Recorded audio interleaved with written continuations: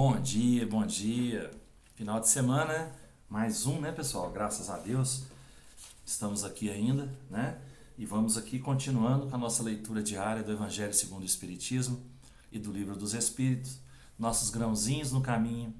E vamos ver o que nos reserva para hoje a leitura do Evangelho. Foi aberto aqui no capítulo 24, não coloqueis a candeia sob o alqueire. Coragem da fé. Todo aquele que me confessar e me reconhecer diante dos homens, eu o reconhecerei e confessarei também eu mesmo diante do meu Pai que está nos céus. E todo aquele que me renegar diante dos homens, eu renegarei também eu mesmo diante do meu Pai que está nos céus. Se alguém se envergonha de mim, das minhas palavras, o Filho do Homem se envergonhará também dele, quando vier em sua glória e na de seu Pai e dos santos anjos.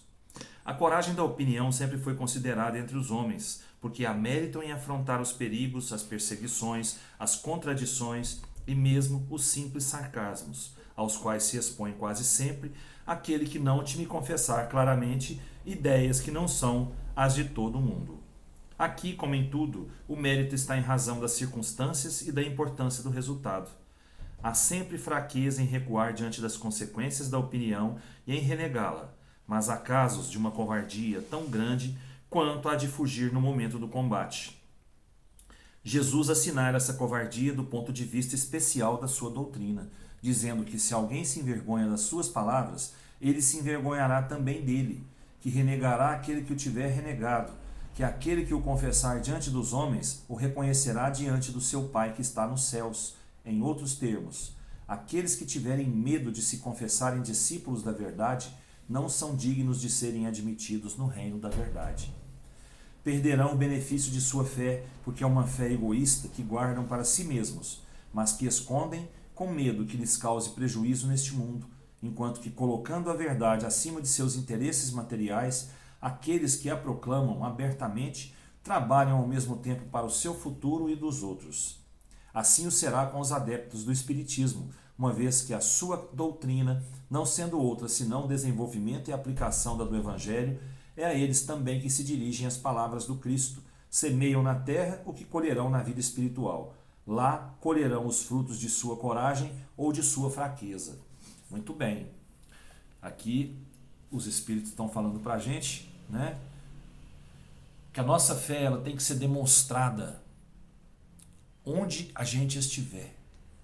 Em qualquer situação que a gente estiver, a gente tem que manter a nossa fé firme, inabalada. Inabalada. A nossa fé tem que ser forte. E nós temos que demonstrar essa força que nós temos, essa crença que nós temos, né? Demonstrar a nossa fé no Criador. Nós temos que, em todo lugar que a gente tiver, ser exemplo de fé. Porque se não for assim, por que nós estamos praticando, né, uma doutrina, praticando, entre aspas, uma doutrina que fala de amor e de caridade, que fala de um mundo melhor, de um plano melhor espiritualmente, que fala em crescimento espiritual? Se a gente não tiver fé nisso tudo, de que adianta a gente estar aqui falando para todos sobre a fé? Não adianta. Se eu não tiver a minha fé e não expuser a minha fé aonde eu estiver, eu estou sendo demagogo, estou jogando palavras ao vento, somente, não é? Então, eu tenho que exemplificar aquilo que eu faço, aquilo que eu falo, né? Porque senão, que força que eu tenho que demonstrar para conseguir continuar no caminho e conseguir colocar muitos no caminho certo? Eu tenho que demonstrar o porquê da minha fé. Eu tenho que valorizar essa fé, porque eu necessito, eu mesmo, de acreditar nessa fé, de acreditar nessa força que o Pai me deu para mim poder continuar na caminhada. Porque se eu não tiver fé, minha vida não tem sentido. Não é? É o que eu acho, né, pessoal? Cada um puxa para si aí um pouquinho da leitura e veja em que ponto que pode absorver alguma coisa aí, né? Nossa leitura de hoje do Livro dos Espíritos, né? No livro 2º, Mundo Espírita ou dos Espíritos, no capítulo 1 dos Espíritos, Origem e Natureza dos Espíritos. A questão 77. Kardec perguntou aos espíritos: os espíritos são seres distintos da divindade ou seriam apenas emanações ou porções da divindade e chamados por essa razão filhos de Deus?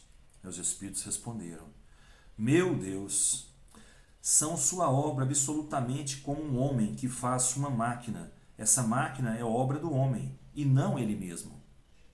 Sabes que quando o homem faz uma coisa bela, útil, ele a chama de sua filha, sua criação. Pois bem, o mesmo se dá com relação a Deus. Somos seus filhos, uma vez que somos sua obra. Muito bem. Então,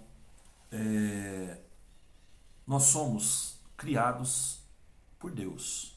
E por isso somos seus filhos.